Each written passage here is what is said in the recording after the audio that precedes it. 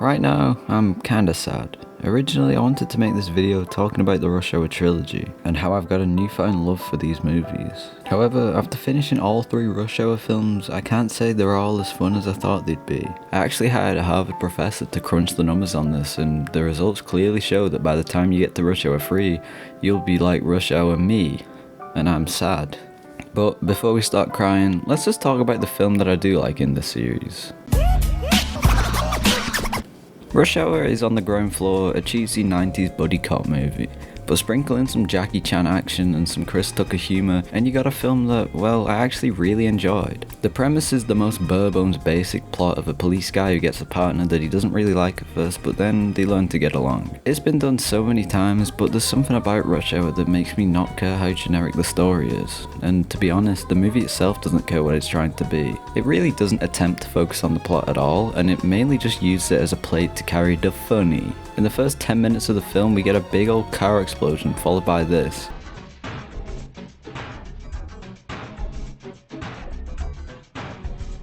And this just shows that this film isn't to be taken seriously, and I kind of like that. I don't know, there's just something about that dance. The thing that really holds this movie together is the chemistry between Jackie Chan and Chris Tucker, because of how genuinely funny they are together when on screen. And sure, a lot of the jokes in the movie do feel a little dated and controversial by today's standards. However, looking past that, there were a lot of times when I audibly laughed at some jokes. That's right everyone, I laughed. But seriously, when you sat alone at 2 in the morning watching a movie, how often do you genuinely laugh out loud? You know, usually it's just a little.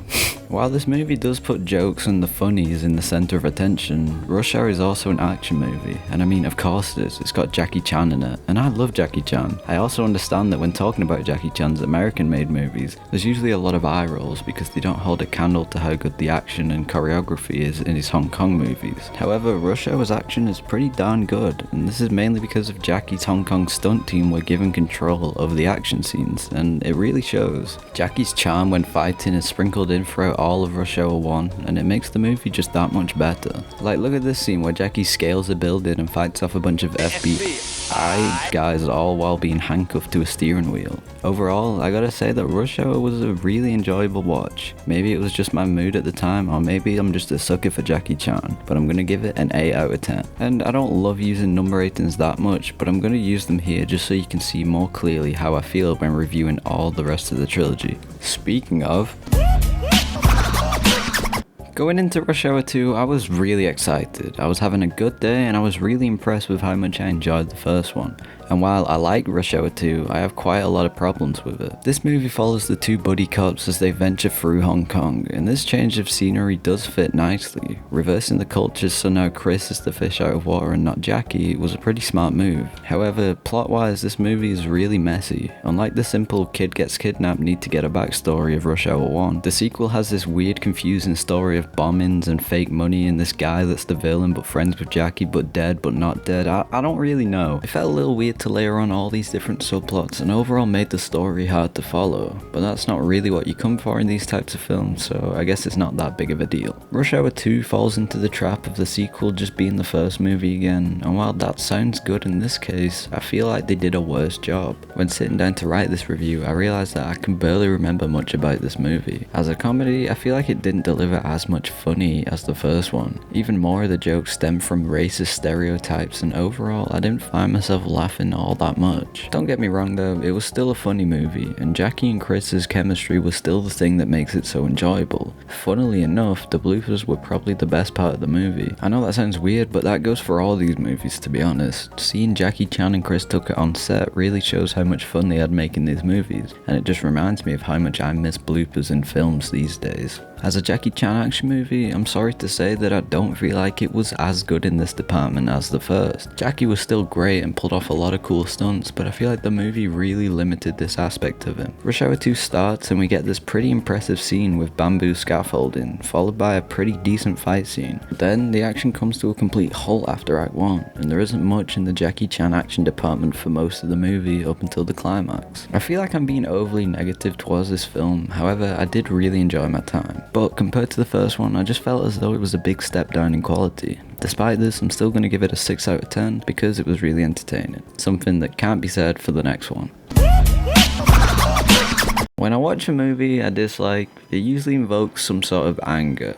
Whether that's because I'm annoyed that I wasted time, annoyed that I wasted money, or just mad at how much the filmmakers messed up. However, when I sat down to watch Rush Hour 3, I was just sad. Following up two movies that I really enjoyed, the third one just completely fell flat in every way. First off, the comedy had zero funnies, and I mean zero funnies. There were points when I felt embarrassed that I was watching this film because it was trying to make me laugh and I just wasn't. And of course, humor is subjective and blah blah blah, but in this case I feel the movie not being funny to me is a huge sign that it was lacking in the comedy department, because I thought the first movie in the franchise was genuinely funny, and even the second one had a good few moments. So if I find the third one unbearably unfunny, then that probably means the jokes were pretty poor, considering it's a sequel to the ones that were funny, if you get what I mean. The movie was still packed with even more racist and sexist jokes, arguably even more so than the earlier films. And honestly, it's just completely unacceptable here. Sure, I mean, it's never acceptable, but in Rush Hour 3, these types of jokes make the characters, especially Chris Tucker's character, into just actual creeps. On top of not being funny, this film just looks so boring. It's shot like a TV show in the dialogue scenes, and it feels like every other action film in the action scenes. Speaking of action, it totally sucked. There was no Jackie Chan charm anywhere to be seen, which is the only thing that could have held this film together for me. Sure, there is action and a handful of fight scenes, but they are so bland and uninteresting. I did read that some people enjoyed the ending action set piece, but by that point I was just completely disinterested in the film. I still love Jackie Chan, but this film just goes to show that if you don't give him anything to work with, the result ain't gonna be all that good. I also really couldn't care less about the plot of this film. The girl from the first one is back and her dad gets shot by Jackie's brother or something. It was just really stupid. The angle that it tried to take with Jackie having a brother who was a bad guy was one, really generic, and two, made Chris Tucker's character completely unnecessary to the plot. Oh yeah, and the casting in this movie really confuses me. First of all, we got Professor McGonagall over here as a nun, mainly just to deliver this joke.